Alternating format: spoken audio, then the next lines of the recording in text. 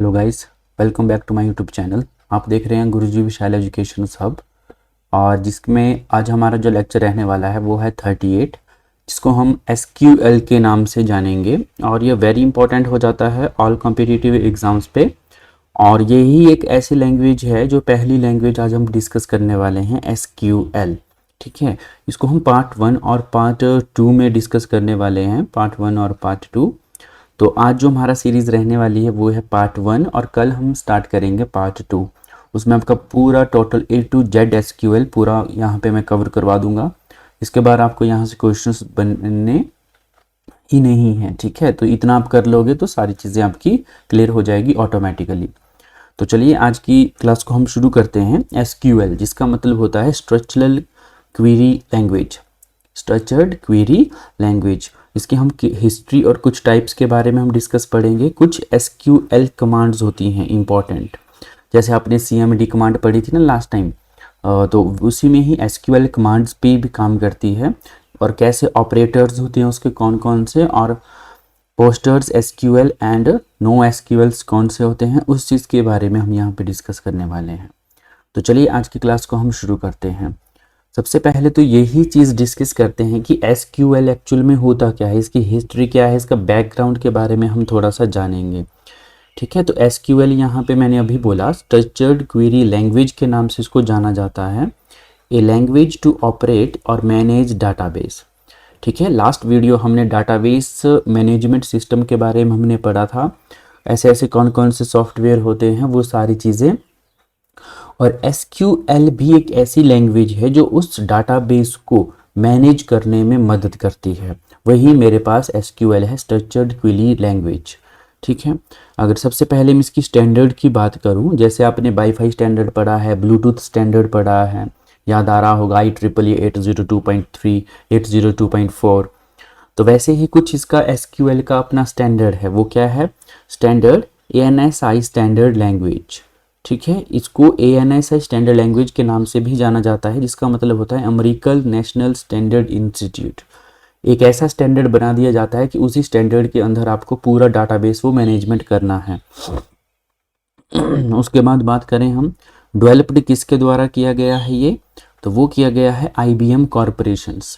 ठीक है, IBM corporation के द्वारा रेमंड बॉयसी एंड डोनाल्ड कैम्बरलियन, इन दो पर्सन के द्वारा इसको क्या किया गया है, डेवलप किया गया है।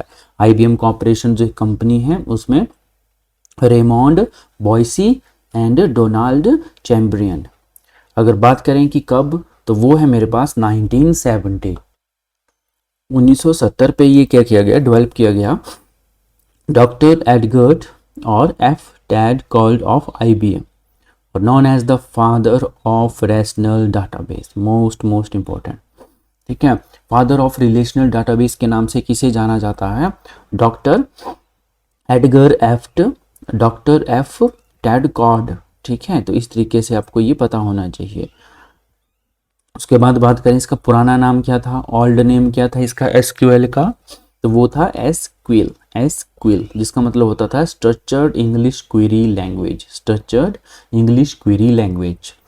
1974 पे इसको क्या किया गया, structured query language appear to first time.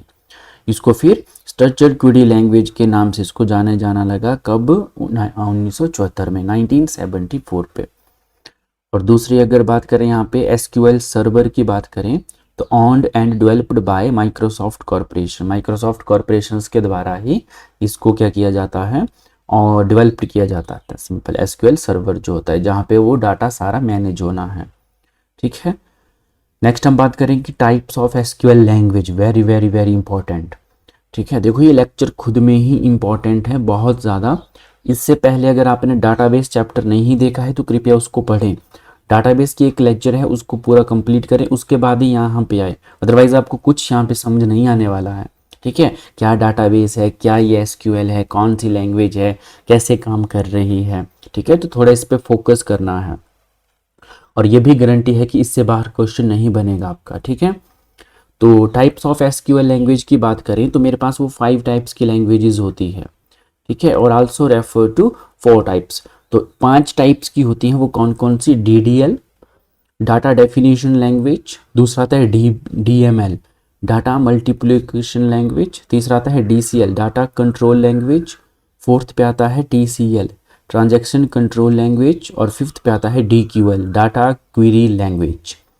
अब जो DDL है फर्स्ट, उस पे क्या चीज़ होती है, हम कैसे उस पे काम करते हैं, डाटा डेफिनेशन लैंग्वेज पे, तो उस पे क्रिएट, ड्रॉप, अल्टर और ट्रूनकेट, ये कुछ कमांड्स हैं इनकी, ठीक है, ये कुछ कमांड्स हैं जो आगे हम पढ़ेंगे। तो used to define the structure schema of the database, जो कि डाटाबेस को एक स्ट्रक्चर को डिफाइन करने के लिए हम DDL का यूज़ करते हैं, डाटा डेफिनेशन लैंग्वेज का यूज़ करते हैं, और उसमें से ये सारे के सारी आपकी क्या रहती हैं, कमांड्स रहती हैं। दूसरा आता है DML डाटा मल्टीप्लिकेशन लैंग्वेज, इसमें आपकी जो कमांड यूज़ होती है वो इंसर्ट, अपडेट और डिलीट, यूज्ड टू मैनिपुलेट, या तो डाटा को मैनिपुलेट करना, और modify data inside the database, और जो डाटाबेस के अंदर जो आपका डाटा है उसको मॉडिफाई करना, उसको चेंजेस करना, और मैनिपुलेट का मतलब उसको कैलकुलेट करना टोटल कि कितना आपका वो डाटा है अरेंज करना है इधर उधर। तीसरे नंबर पर आता है DCL डाटा कंट्रोल लैंग्वेज, दो कमांड का इस पे यूज़ किया जाता है, ग्रांट और रिवॉक। ये कमांड क्या है हम आगे डिस्कस करने वाले हैं, ठीक है। तो इसका मतलब होता है used to control access permission on database object, जितने भी डाटाबेस के ऑब्जेक्ट्स होते हैं उनकी परमिशंस को एक्सेस करने के लिए हम यूज़ करते हैं DCL का, डाटा कंट्रोल लैंग्वेज का। उसके बाद फोर्थ नंबर पर आता है मेरे पास DCL ट्रांजैक्शन कंट्रोल लैंग्वेज, जिस पे कमिट, रोल बैक और सेव पॉइंट कमांड का हम यूज़ करते हैं, और used to manage transactions of the database, जितनी भी ट्रांजैक्शंस होती हैं डाटाबेस पे वो कौन मैनेज करता है, TCL transactions control language. Fifth types आता है DQL, तो जिसका मतलब होता है data query language, command use होती है इस पे सिलेक्ट और used to query fetch data from the database Oracle spot, ठीक है, डाटाबेस को फैच करना, वहाँ से उसको निकालना, उसको ढूंढना, वो काम किसका होता है, डाटा क्वेरी लैंग्वेज का, DQL का, ठीक है। चलो नेक्स्ट स्लाइड पे बात करते हैं। तो 5 टाइप के आपके ये क्या रहते हैं, डाटाबेस रहते हैं जो आपके अभी आपने डिस्कस करे। उसके बाद आता है कुछ SQL कमांड, मोस्ट इम्पॉर्टेंट, ठीक है। अभी थोड़ा सा एक हाईलाइट है जो आपने अभी पढ़ा, इसके बारे में अभी अच्छे से पढ़ते हैं। तो सबसे पहले आपने फर्स्ट टाइप पढ़ा DDL, इसमें कौन सी कमांड्स आती हैं, 4, क्रिएट, ड्रॉप, अल्टर और ट्रूनकेट। उसके बाद DML पढ़ा आपने सेकंड टाइप, उसमें कौन कौन सी कमांड, इंसर्ट, अपडेट और डिलीट। थर्ड नंबर पर पढ़ा आपने DCL, इसमें ग्रांट और रिवूक कमांड आएंगी। फोर्थ नंबर पर आता है TCL, कमिट, रोल बैक और सेव पॉइंट।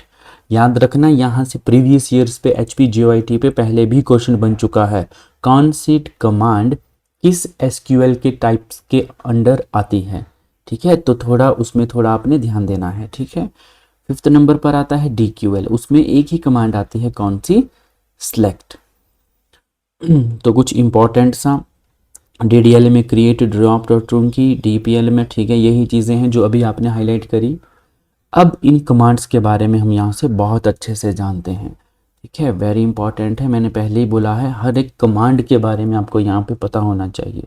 और आज की डेट पे ये SQL ऐसी लैंग्वेज है, अगर आपको ये आती है, अगर आपको इस पर काम करना आता है, ठीक है, आपने सुना होगा आजकल ऐड वगैरह भी बहुत आती है, data analytical engineering, data analysis अगर आपको आता है, डाटा को एनालाइज और मैनेज करना आता है, तो आपकी जो MNCs कंपनीज होती हैं बड़ी बड़ी, ठीक है, अमेज़ॉन, फ्लिपकार्ट, कुछ ऐसी ऐसी मीशोज वगैरह, ठीक है, तो वहाँ पे इस चीज़ की डिमांड बहुत ज़्यादा है, ठीक है। तो आप अगर इस चीज़ पे स्किल पे अगर आप आगे इन फ्यूचर्स काम करते हो तो आपको इस पे बेनिफिट है बहुत सारा, ठीक है। तो DDL पे डाटा डेफिनेशन लैंग्वेज, इसकी जो कमांड्स रहती हैं वो कौन कौन सी है, आपने अभी पढ़ा था कि ये DDL क्या डिफाइन करता है, मॉडिफाई द स्ट्रक्चर और स्कीमा द डाटाबेस को मैनेज करता है। तो सबसे पहले कमांड इसमें आती है मेरे पास क्रिएट, ये क्या करता है, क्रिएट न्यू टेबल और व्यू, इंडेक्स और अदर डाटाबेस ऑब्जेक्ट, ठीक है, create a table student, identity, name, कुछ इस तरीके से जो कि आप लिख सकते हो, एग्जाम्पल दिया है ये, ठीक है, ID, आइडेंटिटी और कोमा, नेम, वर्चार, वर्ड कैरेक्टर्स, ठीक है। तो इस तरीके से आप इस कमांड को वहाँ पे SQL पे यूज़ करते हो। दूसरा आता है ड्रॉप कमांड, तो remove entire table including it's structures and all data permanently. जितना भी टेबल वहाँ पे ऐड किया है इंक्लूडिंग द स्ट्रक्चर और ऑल डाटा को परमानेंटली क्या कर देता है, ये रिमूव करती है आपकी कौन सी कमांड, ड्रॉप कमांड। ठीक है, और ड्रॉप टेबल स्टूडेंट कुछ इस तरीके से इसका यूज़ किया जाता है। थर्ड पे आता है मेरे पास यहाँ पे अल्टर। अल्टर का मतलब होता है modify the structure of the existence table, add, modify और डिलीट कॉलम। ठीक है, इंपॉर्टेंट है। तो alter table student add email work character, इस तरीके से इसका यूज़ किया जाता है। ये आपके एग्जाम्पल हैं। जब मैं एसक्यूएल को यूज़ करता हूँ तो मुझे कोई चीज़ वहाँ पे मॉडिफाई करनी हो तो डायरेक्ट में क्लिक के साथ नहीं, मुझे वहाँ पे कमांड लिखनी पड़ती है कुछ इस तरीके से। ठीक है, उसके बाद फोर्थ नंबर पर आता है मेरे पास यहाँ पे ट्रनकेट। तो ट्रनकेट कमांड का यूज़ किया जाता है कहाँ पे, remove all rows from a table but preserve all the structures. ठीक है, सारी रो को टेबल को क्या करता है, प्रिजर्व करता है स्ट्रक्चर की फॉर्म पे। तो इसको कुछ इस तरीके से हम यहाँ पे मेंशंस करते हैं एग्जाम्पल की फॉर्म पे। ठीक है, तो आई होप कि ये DDL की जितनी भी कमांड्स हैं, 4 क्रिएट, ड्रॉप, अल्टर और ट्रनकेट, ये आपको अच्छे से अंडरस्टूड हो चुकी होंगी। ठीक है, दूसरे पे हम चलते हैं यहाँ पे DML, DCL और TCL कमांड्स पे। तो DABL का मतलब आपने अभी पढ़ा था, डाटा मल्टीप्लिकेशन लैंग्वेज, जिस पे हमने कमांड पढ़ी थी 3, कौन कौन सी, इंसर्ट, अपडेट और डिलीट। इंसर्ट का मतलब क्या होता है, ऐड न्यू रोज या रिकॉर्ड इनटू अ टेबल। तो हम किस कमांड का यूज़ करते हैं, इंसर्ट का। अपडेट कमांड का यूज़ कैसे, मॉडिफाई द एग्जिस्टिंग डाटा या रिकॉर्ड इन अ टेबल, तब हम यूज़ करते हैं अपडेट कमांड का। और remove the specific rows from a table, किसी टेबल से स्पेसिफिक रो को मुझे रिमूव करना है तो वहाँ पे मैं डिलीट कमांड का यूज़ करता हूँ। उसके बाद आता है थर्ड नंबर पर मेरे पास एसक्यूएल का type TCL, data control language. इस पे आपने 2 कमांडें आप पढ़ोगे, ग्रांट और revoke. Most important revoke command.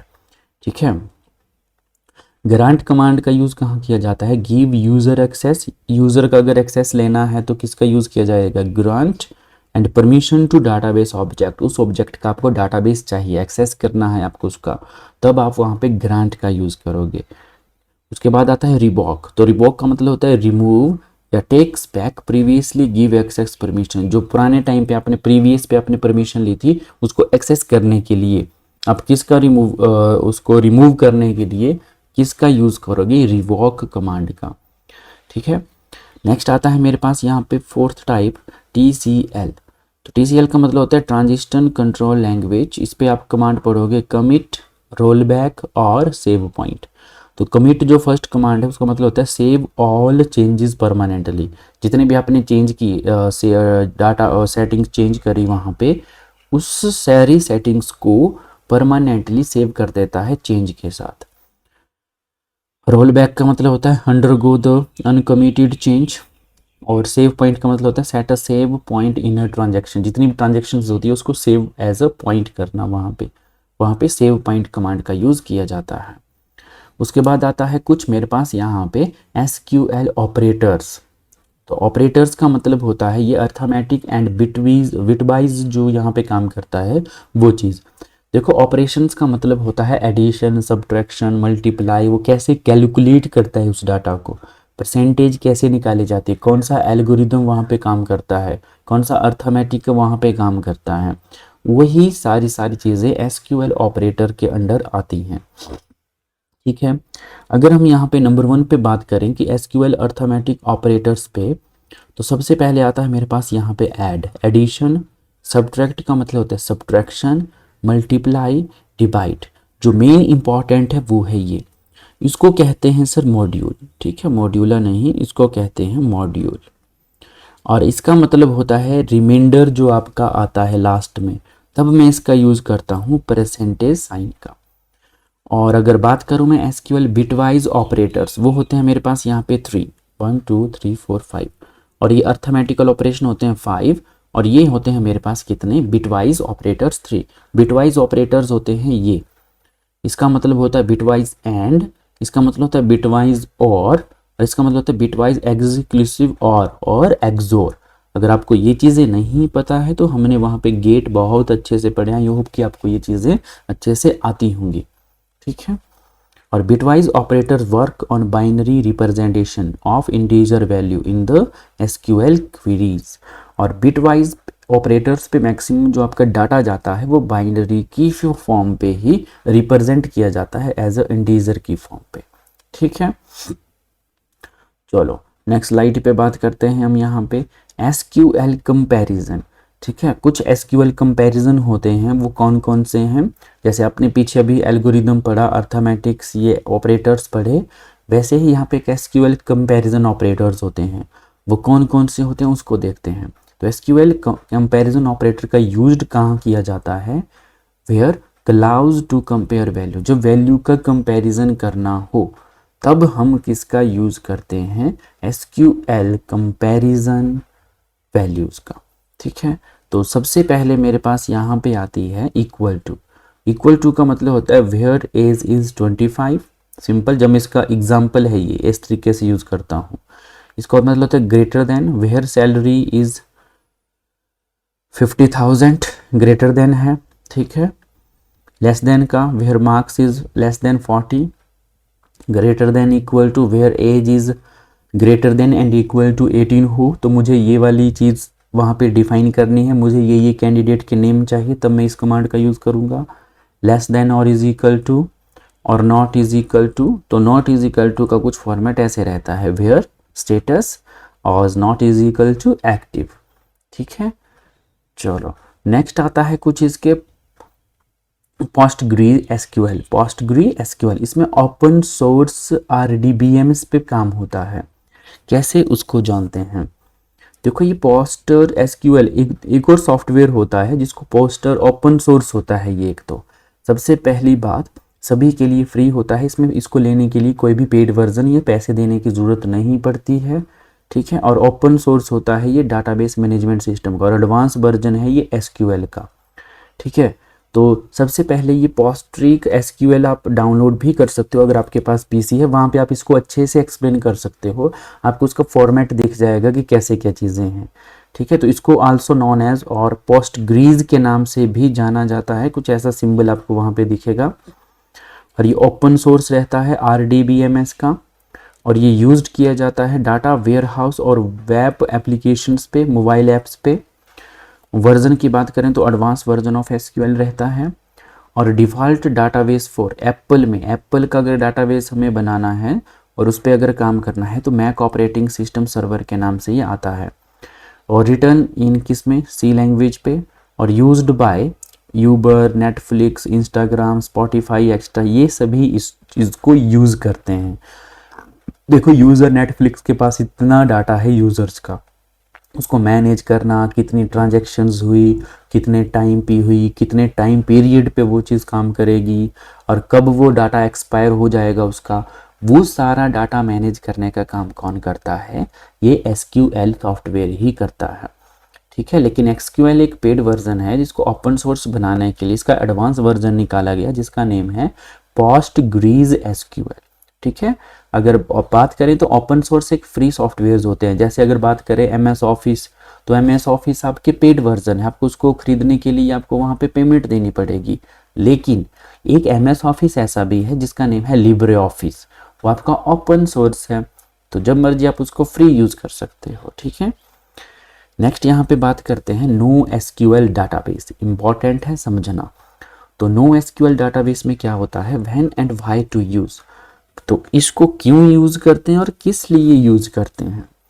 ठीक है, तो used when data is stored in unstructured manner, जब डाटा आपका अनस्ट्रक्चर्ड मैनर, उसको स्ट्रक्चर्स बनाने के लिए, बढ़िया से उसको मैनेज करने के लिए कैसे यूज करते हैं। तो फीचर्स क्या रहते हैं इसके? Data format, schema, best for. ठीक है, तो डाटा फॉर्मेट जो रहता है इसका वो एसक्यूएल डाटाबेस रहता है स्ट्रक्चर्ड की फॉर्म पे, जो कि टेबल और रॉ की फॉर्म पे रहता है आपका यहाँ पे। और दूसरे नंबर पर बात करें हम यहाँ पे, तो नो एसक्यूएल अगर डाटाबेस की बात करें वो अनस्ट्रक्चर्ड रहता है और सेमी स्ट्रक्चर्ड रहता है। ठीक है, ये है मेरे पास एसक्यूएल डाटाबेस और नो एसक्यूएल डाटाबेस। कि एसक्यूएल का यूज़ क्यों किया गया, ठीक है, और एसक्यूएल नहीं है तो फिर क्या है। तो अगर एसक्यूएल डाटाबेस आपके पास है तो आप उस डाटा को स्ट्रक्चर्ड कर सकते हो बढ़िया से टेबल और रॉ की फॉर्म पे, और अगर नो एसक्यूएल है आपके पास, नहीं आप इसका यूज़ करते हो, तो अनस्ट्रक्चर्ड रहता है, सेमी स्ट्रक्चर्ड रहता है, आपका डाटा बिखरा हुआ रहता है। स्कीमा की बात करें तो फिक्स्ड स्कीमा प्री डिफाइंड, पहले से डिफाइन होता है कि आपका डाटा यहाँ है, आपका डाटा यहाँ है, और इस पर डायनेमिक और फ्लेक्सिबल रहता है। बेस्ट फॉर की बात करें तो रेस्ट रिलेशनल डाटा और ट्रांजेक्शन इसमें बेस्ट रहती है, और non SQL big data real time web app space पे दिक्कत करता है। एग्जाम्पल की बात करें तो देखो माई एसक्यूएल, पोस्टग्रीएसक्यूएल और ओरेकल, ये तीन सॉफ्टवेयर ऐसे हैं जो एसक्यूएल डाटाबेस को मैनेज करने में हेल्प करते हैं। और नो एसक्यूएल की बात करें तो मैंगोज डाटाबेस, डायनामो डाटाबेस और कैनेस्ड्रा, ये इंपॉर्टेंट है, तो हम उसका यूज़ करते हैं नो एसक्यूएल्स पे। ठीक है, तो नो एसक्यूएल के कुछ अपने अपने फीचर्स हैं और एसक्यूएल के अपने फीचर्स हैं। स्टेबिलिटी की बात करें तो वर्टिकल स्केलिंग है ये, और ये हॉरिजेंटल स्केलिंग है, वर्टिकल और हॉरिजेंटल स्केलिंग। नो एसक्यूएल के एग्जाम्पल अभी आपने पढ़ा, मैंगोज डाटाबेस कुछ ऐसे आइकन दिख जाएगा, डायनामो डाटाबेस और कैसेंड्रा डाटाबेस। ठीक है, तो ये नो एसक्यूएल्स के मेरे पास यहाँ पे सॉफ्टवेयर्स आते हैं। चलो नेक्स्ट हम बात करते हैं यहाँ पे डिलीट एंड ड्रॉप, इस चीज़ पे क्या है, कमांड कैसे यूज करते हैं। ठीक है, चलो इसको जानते हैं थोड़ा सा। ठीक है, तो डिलीट और ड्रॉप में क्या फंडा रहता है उसके बारे में थोड़ा सा जानते हैं। तो टू डिफरेंट एसक्यूएल कमांड हैं ये विद वेरी डिफरेंट इफेक्ट्स, इनके अलग अलग ये हैं। ठीक है, देखो ड्रॉप कमांड आपने अभी भी डिस्कस करी आपने पीछे, तो ड्रॉप कमांड में आपको थोड़ा सा हाईलाइट करवा देता हूँ फिर से, ताकि अभी एक आपको कोई भी डाउट नहीं रहना चाहिए। ये देखो, तो ड्रॉप कमांड का यूज क्या था कि remove entire table including its structure and all data permanently, जितना भी स्ट्रक्चर की फॉर्म पे आपका डाटा वहाँ पे मैनेज है, उसको रिमूव करने का काम कौन करता है, ड्रॉप कमांड, और वो भी कैसे, परमानेंटली, याद रखना। अब हम बात करेंगे यहाँ पे डिलीट एंड ड्रॉप कमांड की। ठीक है, कि दोनों पे क्या डिफरेंस है और कैसे वर्क करती हैं ये। तो सबसे पहले डिलीट कमांड की बात करें तो देखो, remove only the rows in the table, लेकिन ड्रॉप क्या करता है, सारा की सारा डाटा को रिमूव करता है। ठीक है, मोस्ट इंपॉर्टेंट है समझना इस चीज को, क्वेश्चंस बना है यहाँ पे पहले भी। टेबल स्ट्रक्चर इज प्रिजर्व, जो टेबल स्ट्रक्चर रहता है वो प्रिजर्व रहता है, और इसमें table structure is also deleted, और यहाँ से डिलीट हो जाता है पहले ही। Can use where clause to delete specific row, specific rows को आप डिलीट कर सकते हो, और कैन नॉट इसमें क्लॉज, उस पर आप नहीं कर सकते। कैन बी रोल्ड बैक, और इसमें can not rolled back permanent, और DBML कमांड का यूज किया जाता है, और यहाँ पे DDL कमांड का यूज नहीं किया जाता। एग्जाम्पल अगर लिखते हैं हम तो delete PF from student where ID is 5, तो इस डाटा को रिमूव करना स्पेसिफिक, और यहाँ पे ड्रॉप टेबल स्टूडेंट्स, इसमें पूरा डाटा आपका डिलीट होगा। ठीक है, तो आई होप कि दोनों चीज़ों पर आपको अच्छे से हाईलाइट हो गई होंगी चीज़ें। डिलीट की बात करें तो remove rows only, structured safe रहता है, और ड्रॉप की कमांड करें तो रिमूव एवरीथिंग परमानेंटली यहाँ से। ठीक है, तो बहुत से बच्चों को यहाँ पे डाउट आता है कि डिलीट का मतलब होता है परमानेंटली डिलीट टोटल और डाटा, और ड्रॉप के केस में स्पेसिफिक, लेकिन ऐसा नहीं है, ये उल्टा है यहाँ पे, तो थोड़ा इस चीज़ को समझने की आपने कोशिश करनी है। फिर एक और कमांड आती है जो कि है ट्रनकेट, ट्रूनकेट, तो डिलीट वर्सेस ट्रूनकेट वर्सेस ड्रॉप, इसके बारे में थोड़ा सा हाईलाइट करते हैं। डिलीट कमांड की बात करें तो ये किसका टाइप है, DBML का। ट्रूनकेट की कमांड करने तो ये किसका है, टाइप है DL का। और अगर लास्ट बात करें ड्रॉप की, वो है DDL का। रिमूव की बात करें तो ये स्पेसिफिक रो को रिमूव करता है। ट्रूनकेट की कमांड करें ऑल रोज को रिमूव करता है, और ये इंटायर टेबल को ही डिलीट कर देता है। स्ट्रक्चर की बात करें तो प्रिजर्व रहता है, ये भी प्रिजर्व्ड, और ये रिमूव्ड, ये पूरा ही रिमूव कर देता है स्ट्रक्चर को। वेयर एज क्लाउज स्पॉटेड करता है, not spotted, not spotted. Roll back की बात करें तो ये पॉसिबल है, not possible, not possible. Speed की बात करें तो इसकी स्लोअर रहती है, फास्टर देन डिलीट, और ये फास्टेस्ट। ऑटो इनकरेंट की बात करें तो रीसेट्स पे 9, ये इसको रीसेट किया जाता है, और ये पहले से ही रिमूव हो जाता है यहाँ से। ठीक है, थोड़ा सा लास्ट में एक कंप्लीट समरी जो कि हम लास्ट टाइम पे पढ़ते ही हैं, जो कि सबसे ज़्यादा इंपॉर्टेंट हो जाता है। तो SQL की फुल फॉर्म रहती है स्ट्रक्चर्ड क्वेरी लैंग्वेज, जिसको हम जानते हैं टू ऑपरेट द डाटाबेस को अगर ऑपरेट करना हो तो SQL हम यूज़ करते हैं। NSI 1917 पे doctor Edgar F Codd, IBM के द्वारा फादर ऑफ रिलेशनल डाटाबेस आपने अभी पढ़ा, और 1974 में SQL अपीयर्ड किया गया, डेवलप्ड बाय किया गया IBM कंपनीज के द्वारा। कौन से 2 पर्सन थे वो? रेमॉन्ड बॉयसी एंड डोनाल्ड चैम्बरलिन, और ओल्ड नेम था इसका SQL। SQL सर्वर की बात करें तो owned and developed by Microsoft corporation, इसमें सर्वर्स पे काम होता है। 5 टाइप के SQL हैं, DDL, DBML, DCL, TCL और DQL। ये मेरे पास 5 टाइप के क्या हैं? SQL के टाइप्स।